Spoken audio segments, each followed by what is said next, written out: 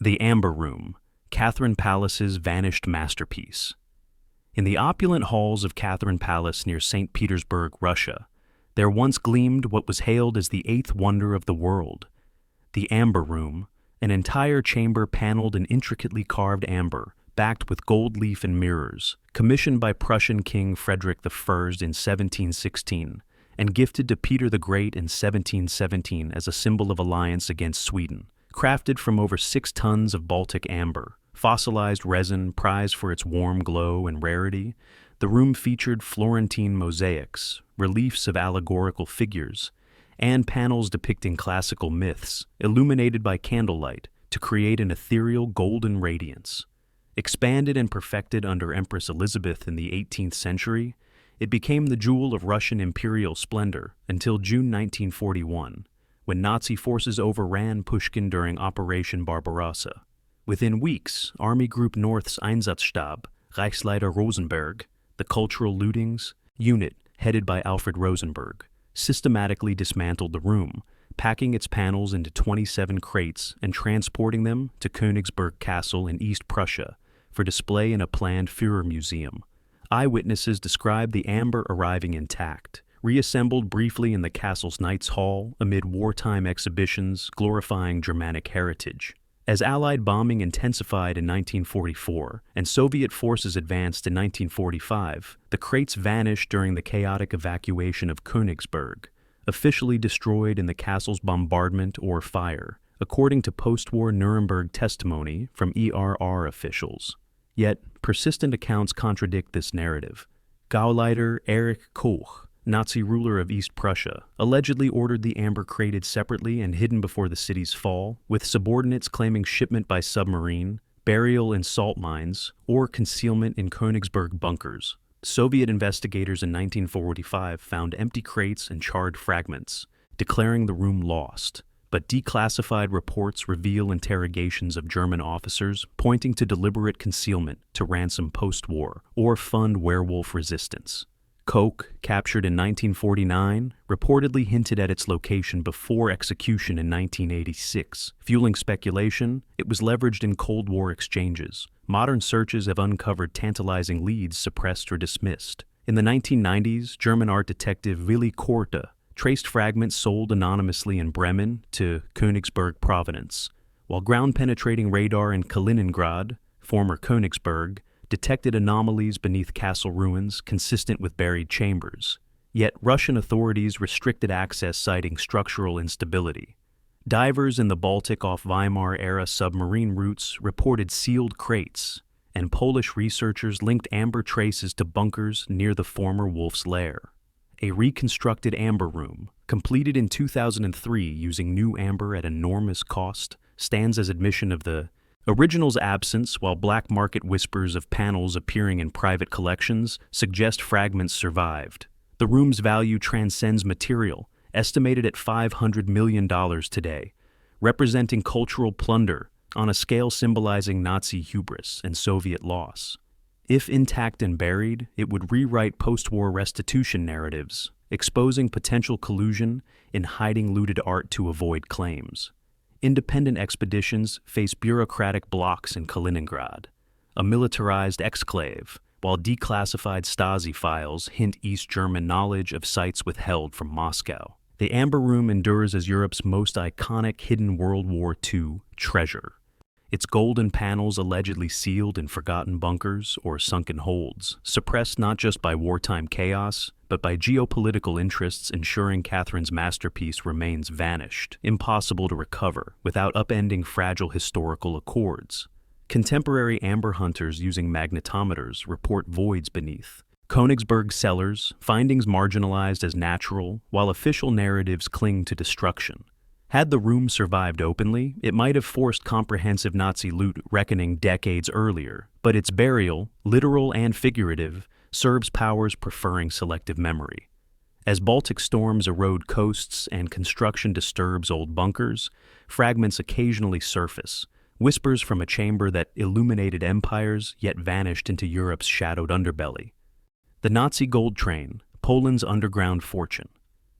In the final chaotic months of World War II, As Soviet forces swept westward through Poland in early 1945, Nazi authorities in Lower Silesia, then part of Germany, launched Project Ries, a massive underground complex of tunnels and bunkers in the Owl Mountains near Leipzig.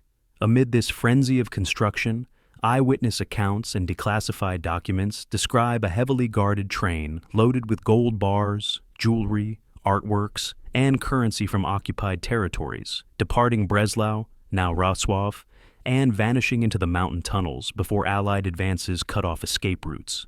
Polish railway workers and German prisoners later testified to seeing an armored train with flat cars covered in tarpaulins, shunted into a concealed siding and sealed behind false walls or blast doors as the Reich collapsed. Post-war Polish and Soviet searches yielded partial discoveries, scattered gold coins and valuables along tracks, but the bulk allegedly remained hidden in a 65-kilometer network of unfinished tunnels codenamed Giant. Local lore speaks of a gold train carrying 300 tons of Reichsbank reserves, looted art from Polish museums, and Jewish possessions seized during the Holocaust, buried to fund post-war Nazi resistance or ransom leaders. Deathbed confessions from SS officers in the 1960s, including one claiming to have driven the train into tunnel complex Wodars, pinpointed locations with precise measurements. Yet official expeditions in 1946 found only empty shafts and booby-trapped entrances. The legend persisted through Cold War secrecy. Polish communist authorities restricted the area as a military zone, conducting clandestine digs while denying public access. Declassified files from the 1980s reveal divers exploring flooded lower levels for crates, recovering weapons and documents but no major cache. In 2015, two treasure hunters, Piotr Koper and Andreas Richter, claimed ground-penetrating radar detected a 100-meter armored train in a buried tunnel near KM 65 on the Wrocław-Leipzig line, prompting government-sanctioned excavations that uncovered rail tracks and anomalies consistent with a hidden siding, though official statements dismissed the find as natural geology amid fears of unexploded ordnance. Independent researchers point to discrepancies. Seismic surveys show voids and metallic signatures at depths matching eyewitness descriptions, while magnetometer scans detect large ferrous masses incompatible with known mining. Former Wehrmacht engineers interrogated in the 1950s described constructing false tunnel ends and flooding lower sections to conceal entrances, techniques explaining why post-war probes hit dead ends. The train's cargo, estimated at billions today, likely included the Hungarian gold train loot rerouted from Austria, or reserves evacuated from Berlin as Soviets closed in. Suppression patterns mirror other Nazi caches. Post-war Allied agreements divided recovered assets quietly, discouraging claims that might expose unrecovered hoards or implicate collaborators. Polish authorities in the 1970s allegedly recovered small deposits, but classified findings to avoid restitution demands from Jewish organizations or foreign governments. Private expeditions face permit denials citing environmental or safety concerns, while local museums display minor finds without contextualizing the larger mystery. If the gold train exists intact, sealed in an oxygen-deprived chamber preserving contents, it would represent the largest unrecovered World War II cache in Europe, rewriting narratives of Nazi financial collapse and post-war black markets.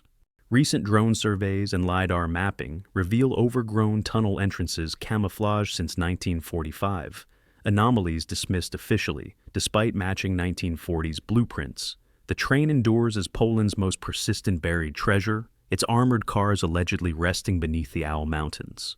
Guarded not just by collapsed rock, but by layers of bureaucratic secrecy, ensuring the Reich's final fortune remains impossible to reclaim. Contemporary metal detectorists report signals from depths beyond reach, findings confiscated or downplayed, while tourism promotes the legend without resolution. Had the train been located early, it might have funded Holocaust reparations decades sooner, but its burial, literal and archival, serves interests preferring selective recovery over comprehensive reckoning. As Leipzig tunnels flood and crumble, echoes of steam whistles fade, Europe's underground El Dorado, waiting for seismic shifts, literal or political, to unearth its silenced cargo. Lake Toplitz, Austria's sunken Nazi counterfeit cache.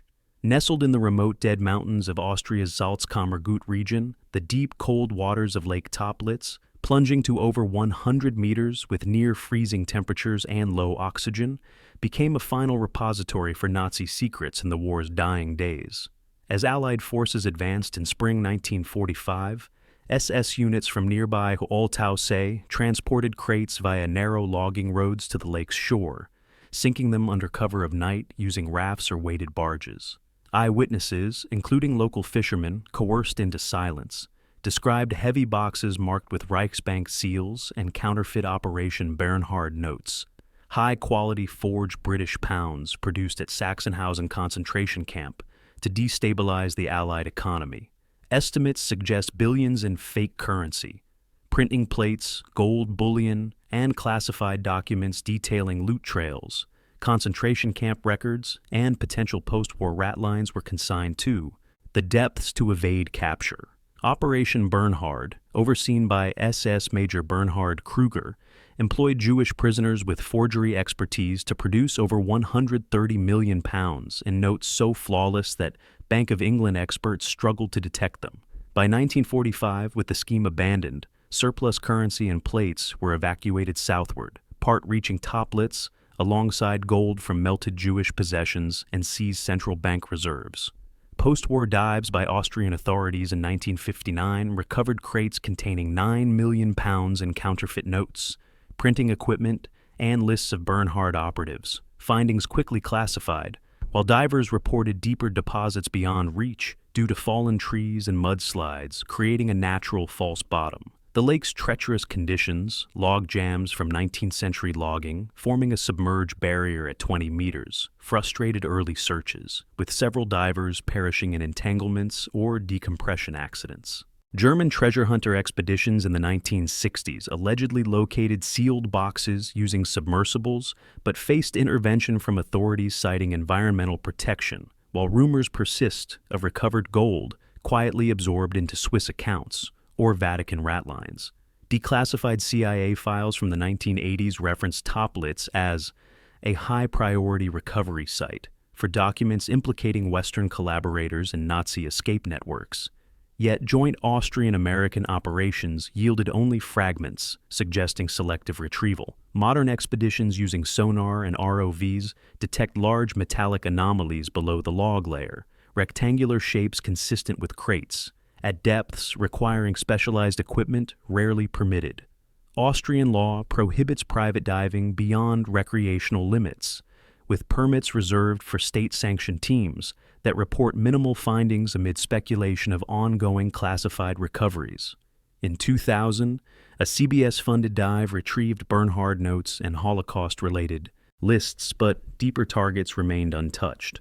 Operators claiming technical failures, while locals whisper of guarded zones. The cache's significance extends beyond currency. Alleged documents include detailed inventories of looted art funneled through Austria, names of post-war Nazi sympathizers in Allied intelligence, and formulas for counterfeit dollars abandoned mid-project. If intact, the deposit could expose lingering networks that facilitated Odessa escapes, implicating figures long shielded by Cold War exigencies. Suppression manifests in restricted access. The lake lies within a protected nature reserve, and media portrayals dismissing it as exhausted, despite technological advances enabling deeper exploration. Independent researchers analyzing declassified Bernhard prisoner testimonies pinpoint drop zones matching sonar voids, yet proposals for comprehensive surveys face bureaucratic delays. The counterfeit billions, if recoverable, hold negligible value today but immense historical weight, potentially rewriting narratives of economic warfare and post-war impunity.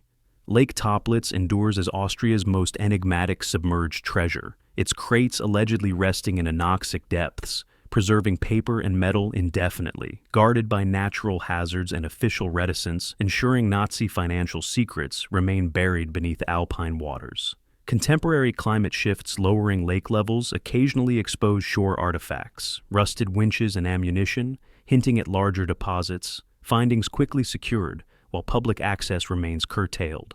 Had Toplitz been thoroughly searched post-war, It might have accelerated denazification and art restitution, but its isolation and hazards served interests preferring gradual revelation over explosive disclosure. As robotic technology advances, pressure mounts for transparent exploration. Yet, Europe's alpine abyss clings to its wartime cargo, a frozen testament to schemes drowned in defeat, yet impossible to fully exhume. Rommel's sunken gold, off Corsica. In the turbulent final years of the North African campaign, as Erwin Rommel, the Desert Fox, faced defeat at El Alamein in 1942, and subsequent Allied advances, rumors emerged among German high command of a massive cache of gold, diamonds, and currency looted from Tunisian banks, Jewish communities, and Italian reserves intended for emergency evacuation.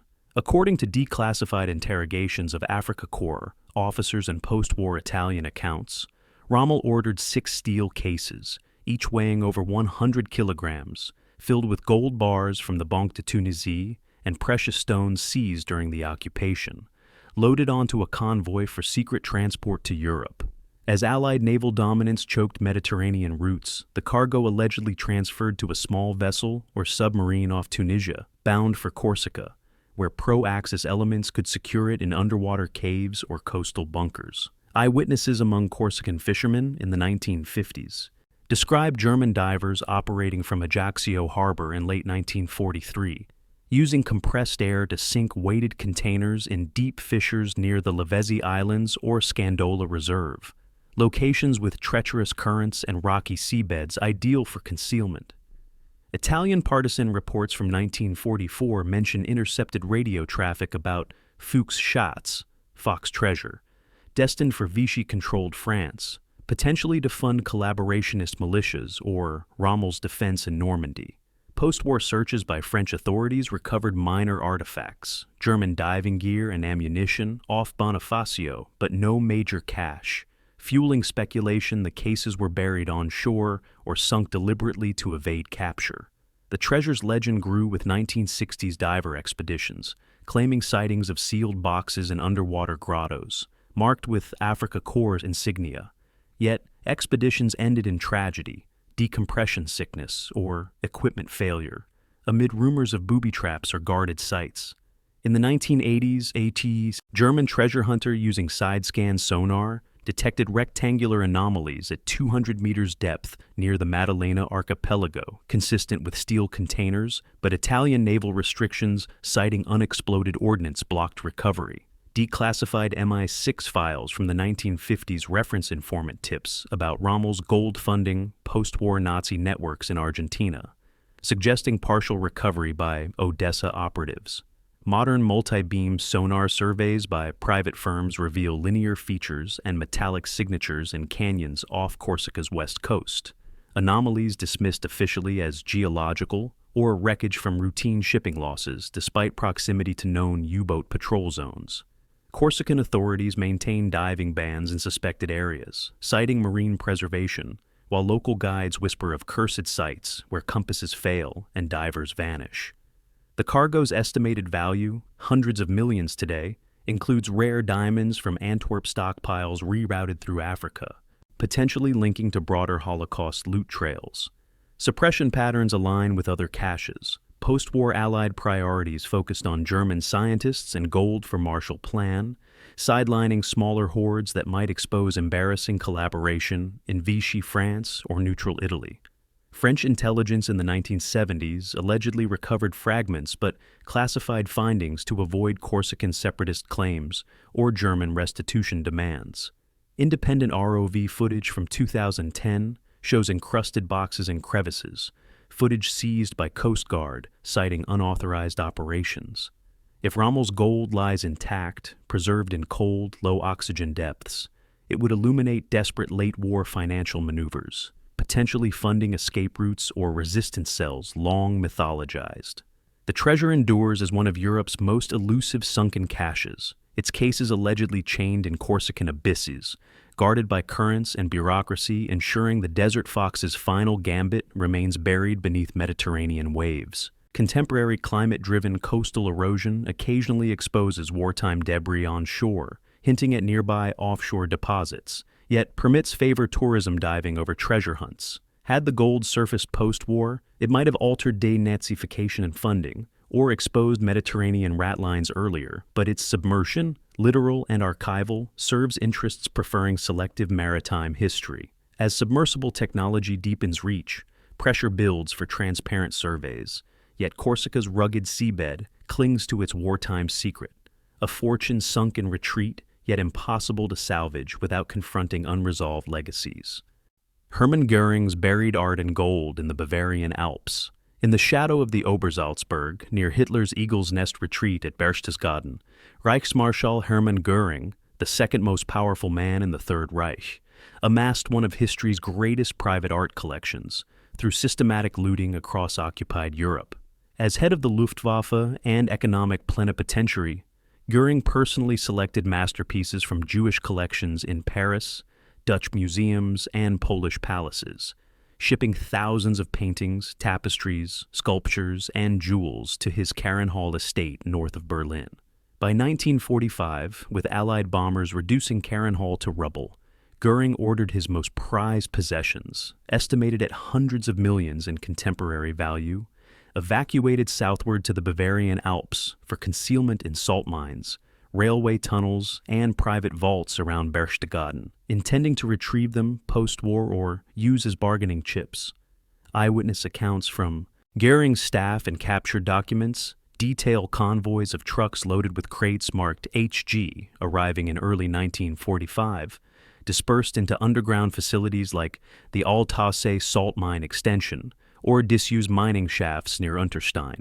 Göring's art curator, Walter Hofer, allegedly supervised burial of gold bars, Renaissance masterpieces by Cranach and Rubens, and medieval tapestries in sealed chambers booby-trapped with explosives or flooded to deter intruders. As U.S. Third Army approached in May 1945, SS guards dynamited entrances, collapsing tunnels, and burying the caches under tons of rock, while Göring surrendered nearby, claiming ignorance of specific locations. The Monuments Men, Allied Art Recovery Unit, discovered vast depots in Altasse and Neuschwanstein Castle, recovering over 6,000 works attributed to Göring, but inventories showed discrepancies. Missing Vermeers, Raphaels, and crates of bullion noted in Carenhall manifests never surfaced. Interrogations of Göring's adjutants revealed coded maps destroyed or memorized, pointing to sites like the Klausenkopf Tunnel, or abandoned bunkers beneath the Watzmann Mountain, where locals reported hearing explosions in April 1945. Post-war searches by U.S. Counterintelligence Corps yielded scattered finds, gold coins in alpine streams, and paintings hidden in farmhouses, but major deposits evaded detection, allegedly due to local collaboration or deliberate oversight to avoid complex restitution. The treasure's allure persists. In the 1980s, a German explorer using dowsing and ground radar claimed voids in collapsed shafts near Berchtesgaden containing metallic signatures, expeditions halted by Bavarian authorities citing avalanche risk. Declassified OSS files reference informant tips about Göring's Alpine Redoubt, caches funding werewolf guerrillas, some recovered quietly, while others left undisturbed to prevent neo-Nazi pilgrimages. Recent LiDAR surveys of the region reveal anomalous depressions and tunnel outlines overgrown since 1945, dismissed officially as natural karst formations despite alignment with wartime blueprints. Suppression aligns with broader patterns. Allied priorities shifted to Cold War assets, allowing unclaimed loot to remain buried rather than fuel German revanchism or Jewish claims complicated by destroyed provenance. Göring, during Nuremberg testimony, boasted of hidden reserves mocking captors, hints ignored amid his suicide.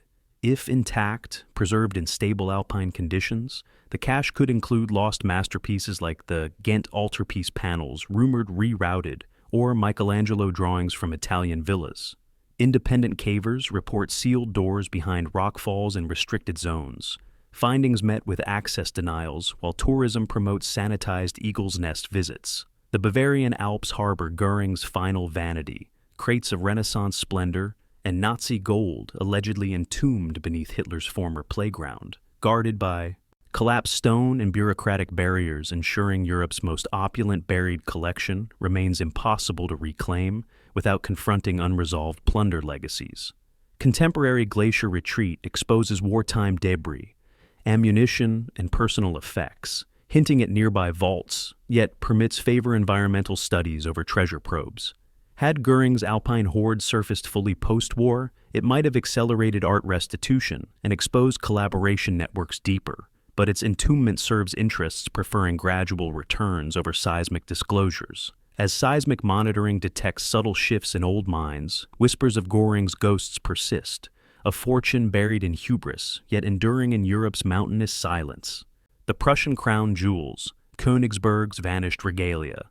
In the ancient cellars and bunkers beneath Königsberg Castle, the historic seat of Prussian kings in what is now Kaliningrad, Russia, the Prussian crown jewels, symbols of Hohenzollern sovereignty, since the coronation of Frederick I in 1701, vanished amid the Red Army's assault in April 1945. This regalia included the crown, crafted by court jeweler Johann Georg Hosauer, featuring diamonds, pearls, and the famed Black Eagle emblem, the royal scepter topped with the Wittelsbach sapphire, the orb and sword of state, and accompanying pieces like Queen Louise's diadem adorned with over 300 diamonds. Valued conservatively at tens of millions even then, the jewels represented not just wealth, but the legitimacy of the Prussian monarchy, abolished in 1918, yet preserved as cultural heritage under Weimar and Nazi custody. As Soviet forces encircled Königsberg in early 1945, Gauleiter Erich Koch, already implicated in Amber Room concealment, allegedly ordered the regalia, crated and hidden separately from other castle treasures, transported to fortified bunkers beneath the city, or buried in nearby forests like the Zamland Peninsula. Eyewitnesses among castle staff and Wehrmacht guards described the jewels packed in lead-lined boxes to protect from moisture, lowered into deep wells or sealed in concrete chambers within the castle's medieval foundations before demolition charges collapsed upper levels. Koch, notorious for personal enrichment through looting, reportedly intended the regalia as a post-war leverage or personal fortune, with subordinates claiming dispersal to multiple sites including the Königsberg Zoo bunkers or offshore dumping in the Baltic. Post-war Soviet trophy brigades recovered vast quantities of art from Königsberg, paintings, porcelain, and library books shipped to Moscow. But the jewels never surfaced in official inventories, fueling speculation of deliberate concealment or destruction to deny Germany symbolic restoration. Interrogations of Koch in Polish custody yielded cryptic hints about crowns beneath the castle, yet he died in prison without full disclosure. Declassified NKVD reports from 1946 describe searches yielding empty vaults and flooded tunnels, with divers exploring Pregel River channels for weighted cases, but finding only ammunition.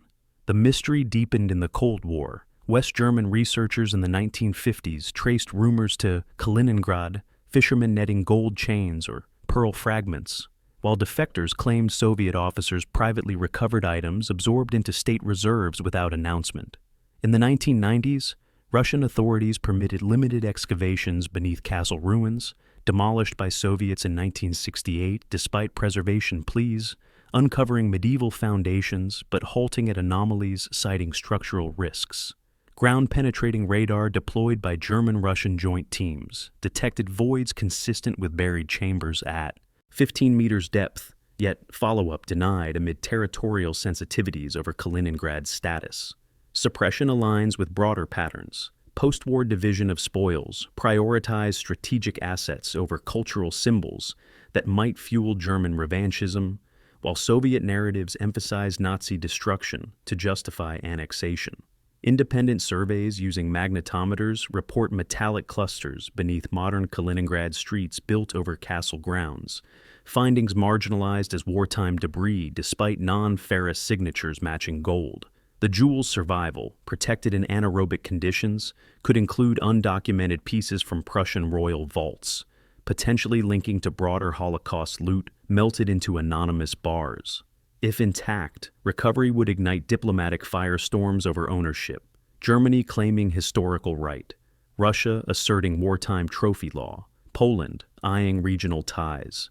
The regalia endures as Königsberg's most poignant hidden treasure, its crowns, allegedly sealed in forgotten Prussian depths, guarded by collapsed stone and geopolitical fault lines, ensuring the symbols of a vanished kingdom remain impossible to crown once more. Contemporary urban development in Kaliningrad disturbs old cellars, occasionally yielding wartime relics, uniform buttons or porcelain shards, hinting at deeper vaults, yet construction halts at sensitive depths, while official histories omit the jewel's fate. Had the Regalia surfaced post-war, it might have symbolized reconciliation or fueled division earlier, but its entombment serves interests preferring symbolic erasure over restitution.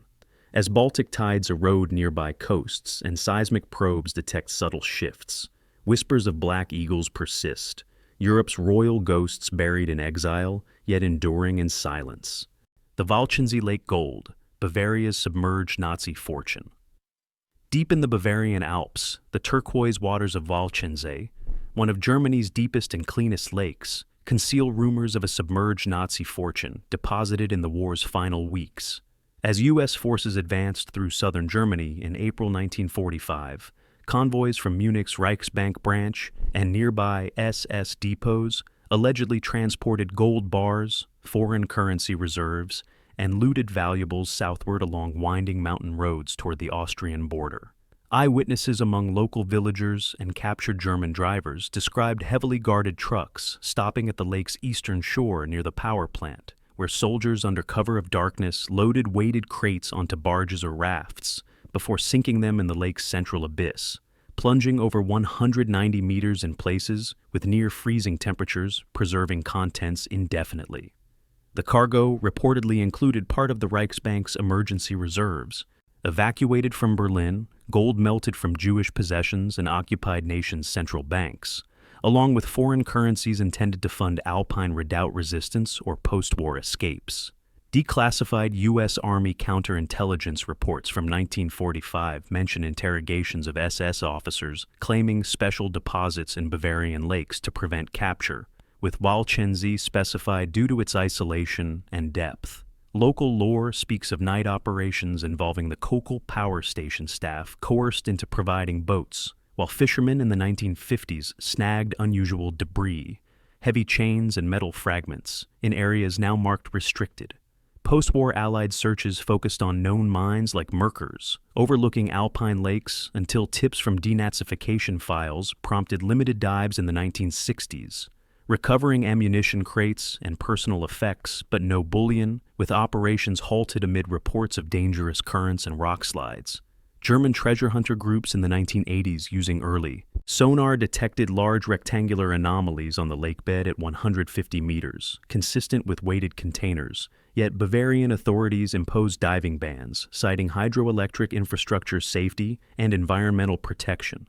In 2001, a private expedition with ROVs captured footage of encrusted boxes in a steep trench, images leaked before equipment seizure, and permits revoked. Modern multi-beam surveys by academic teams reveal linear features and metallic clusters incompatible with natural geology or known wrecks, positioned near wartime road endpoints. Yet publications downplay findings as glacial debris, while access remains tightly controlled. Declassified CIA memos from the 1950s reference monitoring Walchensee for potential Odessa funds, suggesting partial recoveries absorbed quietly into occupation economies. The lake's clarity and cold preserve organic materials, implying any currency or documents could survive readable, exposing detailed loot trails. Suppression follows familiar patterns. Post-war priorities favored industrial reconstruction over exhaustive treasure hunts that might fuel neo-Nazi myths or complicate restitution to occupied nations. Local authorities maintain no diving zones extending beyond power plant needs, while tourism promotes Walchensee's natural beauty without acknowledging wartime shadows. Independent sonar operators report interference when scanning suspected drop zones. Equipment malfunctions attributed to natural magnetic anomalies, despite proximity to known deposits.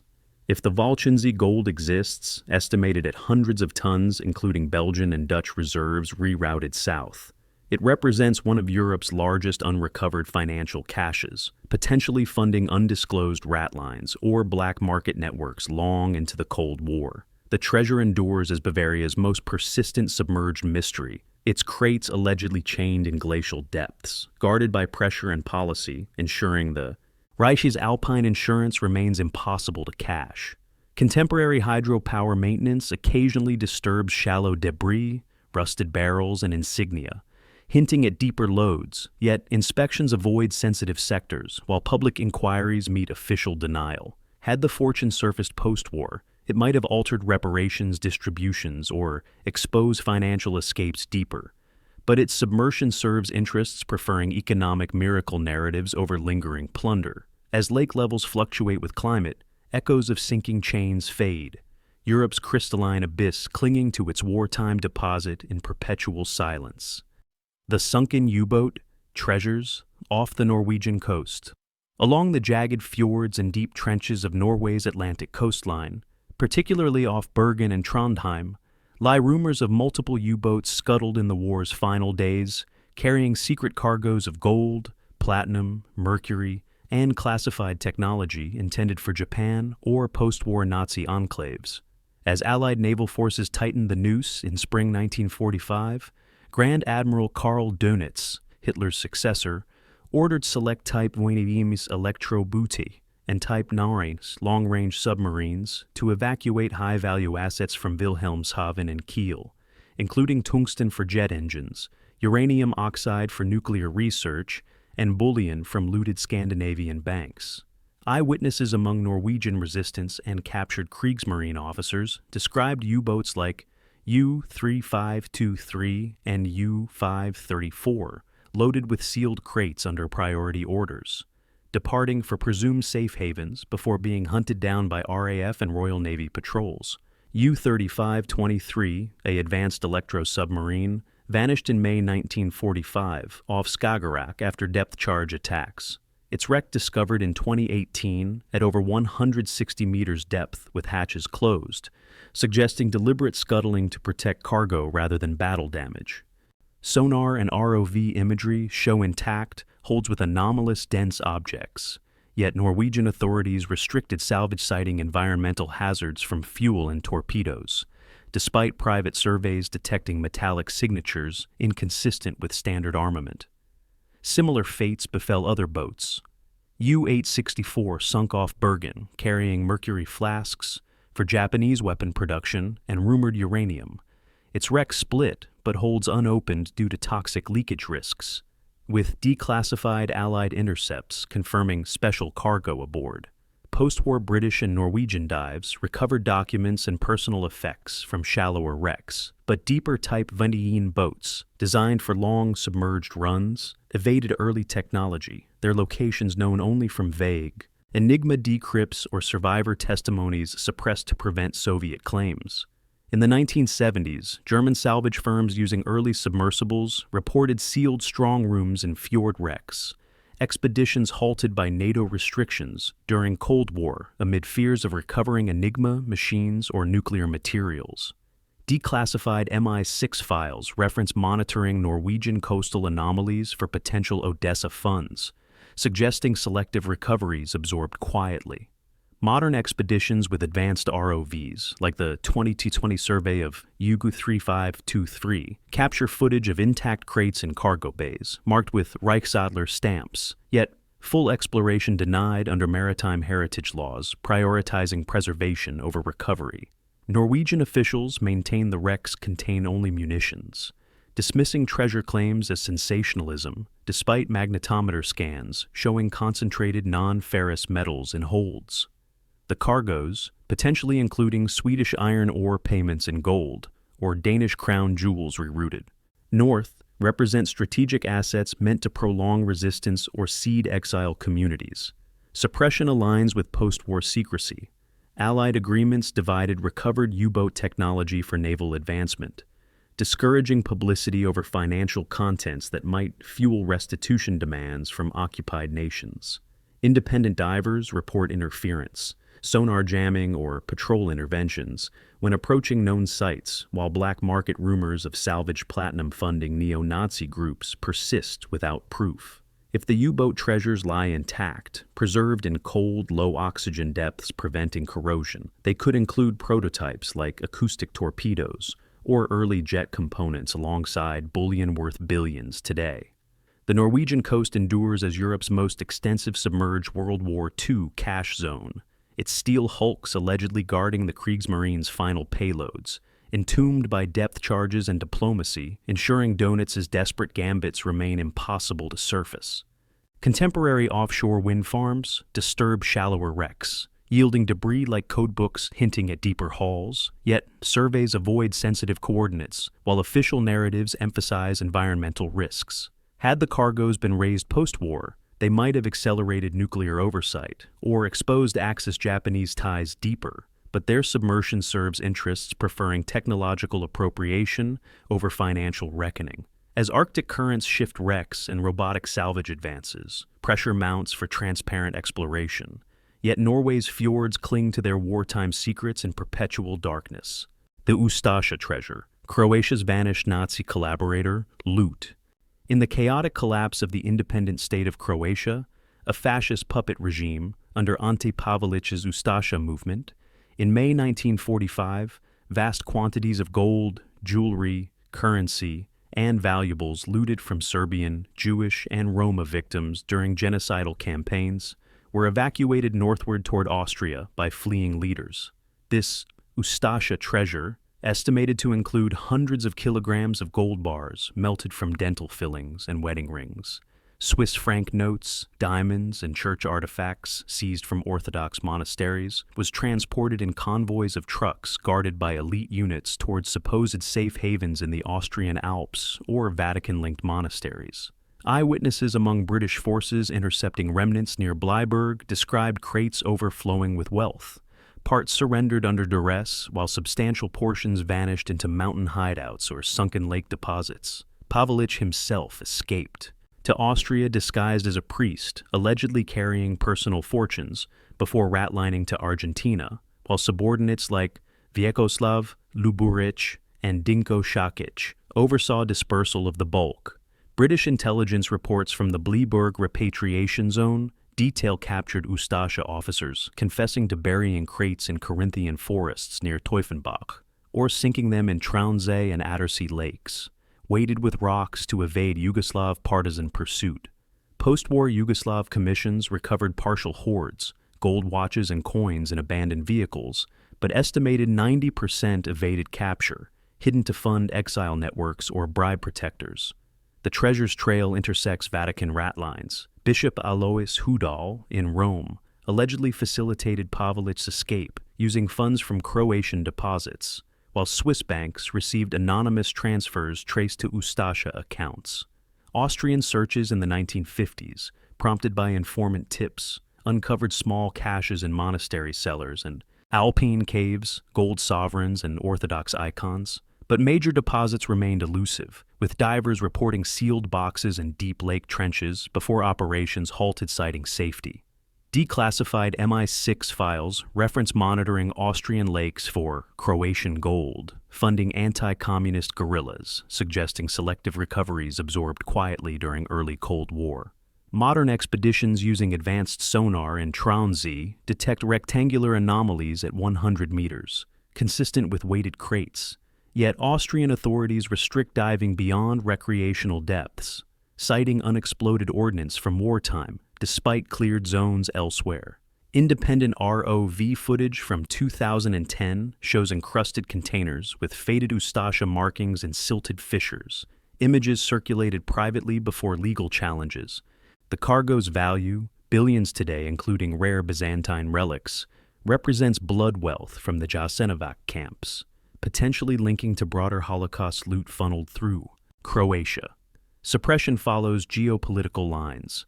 Post-war Yugoslavia prioritized partisan narratives over treasure hunts that might expose Western tolerance of Ustasha escapes, while Austria downplayed collaborationist ties. Vatican archives remain sealed on ratline finances, blocking provenance trails. If intact, preserved in anaerobic lake mud, the treasure could force reckonings with unprosecuted genocide profits funding South American dictatorships. The Ustasha hoard endures as one of Europe's most morally charged hidden caches, its crates allegedly chained in alpine abysses, guarded by silt and silence, ensuring victims' stolen lives remain impossible to restitute fully. Contemporary hydroelectric projects disturb shallow lakebeds, yielding occasional coins hinting at deeper loads. Yet surveys avoid sensitive sectors, while official histories omit the fiscal underpinnings of terror. Had the treasure been seized comprehensively in 1945, it might have funded survivor reparations or exposed rat lines earlier, but its dispersal served interests preferring anti-communist alliances over justice. As glacial melt alters lake levels and robotic salvage deepens reach, pressure builds for transparent recovery. Yet Austria's serene waters cling to their wartime stain in perpetual obscurity. The Werewolf resistance caches, scattered Nazi guerrilla funds. In the closing months of World War II, as Allied armies converged on the crumbling Third Reich, Heinrich Himmler's SS established Operation Werewolf, a clandestine guerrilla network intended to harass occupiers through sabotage, assassination, and terror from hidden bases across Germany and occupied territories. To sustain this shadowy force, substantial caches of gold coins, diamonds, foreign currency, weapons, and cyanide capsules were buried in forests, mountains, and rural sites, marked with coded symbols, or memorized by loyalists expected to activate post-war. Declassified OSS and CIC reports from 1945-1947 detail interrogations of captured werewolf recruits, revealing stockpiles in the Black Forest, Bavarian Alps, Harz Mountains, and Thuringian woods, funds drawn from Reichsbank reserves, looted Jewish assets, and black market profits to finance hit-and-run operations and leader escapes. Eyewitness accounts from denazification trials describe SS units in April 1945 dispersing crates via trucks and pack animals to remote locations, burying them in steel ammunition boxes or concrete-lined pits topped with natural camouflage. Locations allegedly included the Externstein rock formation in Teutoburg Forest, a pagan site favored for symbolic rituals, and abandoned mines near Goslar in the Harz, where radio equipment and explosives accompanied bullion for long-term resistance. Some caches reportedly contained maps to larger deposits or instructions for coordinating with Odessa rat lines, blending guerrilla funding with escape networks. Post-war Allied sweeps disrupted many cells, capturing youth recruits, broadcasting propaganda, or ambushing patrols, but numerous caches evaded detection, with recovered examples including gold sovereigns and Swiss francs in Hessian forests used to convict minor operatives. Declassified British files reference monitoring werewolf gold funding neo-Nazi groups into the 1950s, suggesting partial recoveries absorbed quietly to avoid publicizing persistent threats. In the 1960s, treasure hunters following leaked maps unearthed small deposits, Reichsmarks, and jewelry in Bavarian peat bogs, findings seized by authorities citing cultural property laws, while larger sites remained untouched. Modern searches using metal detectors and geophysical surveys detect anomalies in restricted forest zones, metallic clusters at shallow depths matching buried containers. Yet German federal lands prohibit private excavation, permits reserved for archaeological teams prioritizing prehistoric sites. Satellite imagery and LiDAR reveal disturbed soil patterns in known werewolf training areas like the Lüneburg Heath, dismissed officially as wartime bombing craters despite non-ferrous signals. Local lore persists of cursed caches causing misfortune to finders, deterring casual hunters while organized groups face legal barriers. The cache's significance lies in intent, not mere loot, but deliberate seeding of post-war extremism, potentially funding groups like the Socialist Reich Party banned in 1952. If substantial deposits survive, preserved in dry, sealed conditions, they could include documents naming collaborators or detailing unprosecuted transfers, exposing lingering networks shielded during Cold War realignments. Suppression aligns with denazification priorities. Publicizing unrecovered funds risked glorifying resistance or fueling revanchism, better left buried as myth. Independent researchers compiling veteran testimonies pinpoint coordinates in the Eifel Mountains and Spessart Woods. proposals for systematic surveys met with environmental objections, while neo-Nazi pilgrimages to sites raised security concerns justifying restrictions. The Werewolf caches endure as Europe's most dispersed hidden world, War II treasures, scattered seeds of a defeated ideology allegedly germinating in forgotten pits, guarded by roots and regulations, ensuring the Reich's guerrilla legacy remains impossible to uproot fully. Contemporary forest management occasionally unearths ammunition or insignia hinting at nearby vaults, findings cataloged quietly, while public narratives emphasize peaceful reconstruction. Had the caches been exhaustively located post-war, they might have dismantled extremist remnants earlier, but their scattering served interests preferring containment over confrontation. As aging forests yield to development and ground-penetrating tech advances, pressure mounts for transparent mapping, yet Germany's verdant depths cling to their wartime seeds in perpetual shadow, a final, fragmented fortune, buried in defiance yet silenced by time.